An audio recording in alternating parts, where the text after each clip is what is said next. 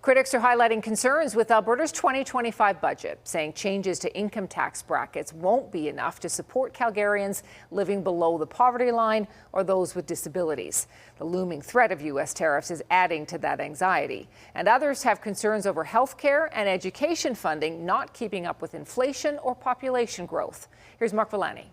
Alberta is running a $5.2 billion deficit. Finance Minister Nate Horner says declining oil revenues and the threat of U.S. tariffs are to blame. But a new 8% tax bracket for Albertans on their first $60,000 of income hopes to bring some reprieve. With low personal and corporate income taxes, low fuel tax, and no sales tax, Albertans generally pay lower overall taxes. But some say that still won't help those who live below the poverty line. Smaller affordability measures are always helpful, but not necessarily going to help folks stay afloat, particularly if inflation and the cost of goods goes up. It's a heartbreaking decision. Others living with disabilities are expected to struggle. Funding cuts to groups like the Southern Alberta Individualized Planning Association are forcing them to close their doors. We've seen shelters and treatment centers and all different places that are affected. The province did hike funding healthcare, $28 billion this year, marking a 5.4% increase.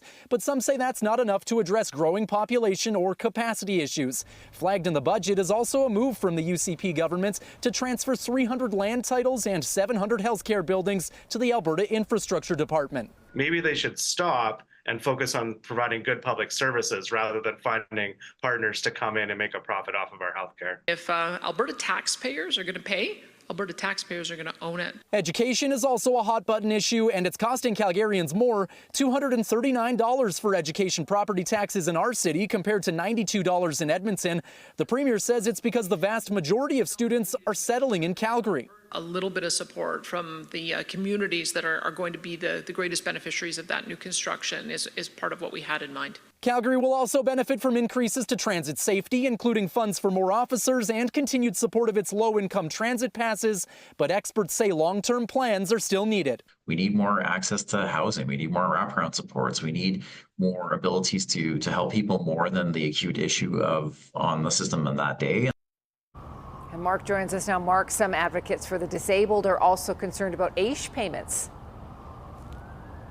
Yeah, that's right, Sarah. There are funding cuts to the assured income for the severely handicapped program. Now, the budget says those reductions will not affect AISH payments per se, but Inclusion Alberta says with caseloads increasing, it really raises the question here of how the government will sustain benefits just like this. Now, the province also has not yet stated a position on whether it will claw back funds that AISH clients receive from Ottawa's Canada Disability Benefit. That is slated to begin in July of 2026. Tara. Okay, Mark, thank you.